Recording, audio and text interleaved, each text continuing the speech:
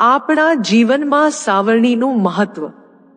આપણા હિન્દુ ધર્મમાં સાવરણીને લક્ષ્મીજીનું સ્વરૂપ માનવામાં આવે છે. વાસ્તુશાસ્ત્રમાં સાવરણીને લઈને ઘણા નિયમો જણાવવામાં આવ્યા છે.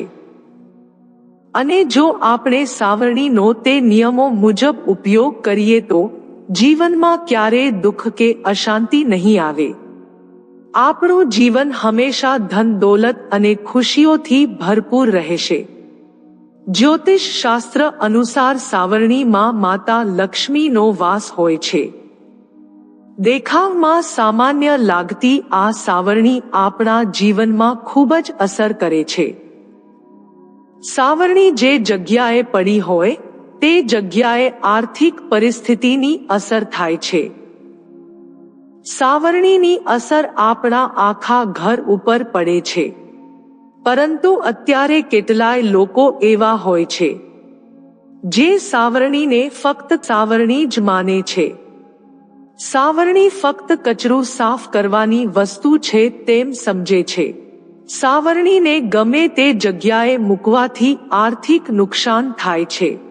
તો ચાલો આજે આપણે જાણીએ કે સાવરણીને ક્યાં મૂકવી જોઈએ અને તેને સાચવવાની કેમ જરૂર છે અને તેના સાચવવાના નિયમો. સાવરણીને યોગ્ય સ્થાને મૂકવાથી ઘરમાં અન્ન અને પૈસાનો પ્રવાહ સતત વહેતો રહે છે. જ્યોતિષ શાસ્ત્ર અનુસાર સાવરણીને કોઈ દિવસ ઊભી ના મૂકવી જોઈએ. ઊભી સાવરણી મૂકવી અશુભ માનવામાં આવે છે. સાવરણીને હંમેશા જમીન ઉપર મૂકવી જોઈએ. વાસ્તુશાસ્ત્ર અનુસાર સાવરણીને કોઈ દિવસ રસોડામાં ના મૂકવી જોઈએ. સાવરણીને રસોડામાં રાખવાથી ખોરાકનો વ્યય થાય છે અને પરિવારના સભ્યોના સ્વાસ્થ્ય પર પણ અસર થાય છે.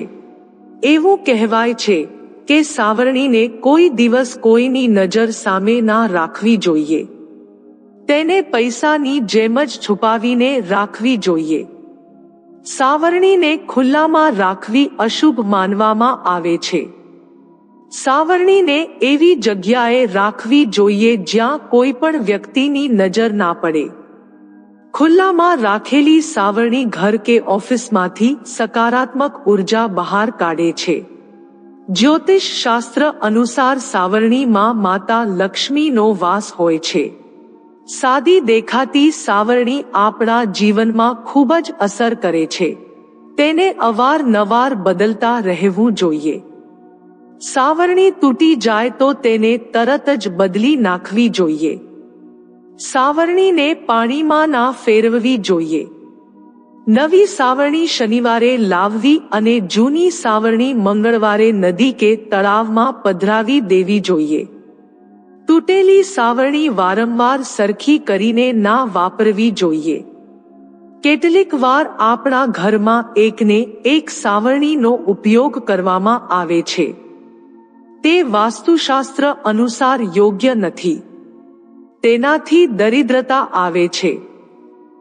તૂટેલી સાવરણી ઘરમાં ઘણી સમસ્યાઓને આમંત્રણ આપે છે, જેના કારણે ઘરમાં આર્થિક સમસ્યાઓનો સામનો કરવો પડે છે. ઘરમાં બીમારી આવે છે.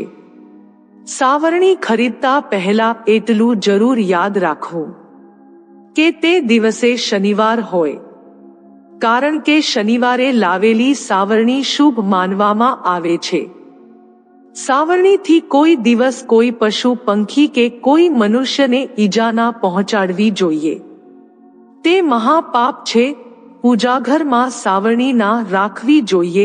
વાસ્તુશાસ્ત્ર અનુસાર ઘરના ઉત્તર કે પશ્ચિમ દિશામાં સાવરણી મૂકી શકાય છે, પરંતુ ધ્યાન રહે કે ઘરના ઈશાન ખૂણામાં કે દક્ષિણ ખૂણામાં સાવરણી ના મૂકવામાં આવે.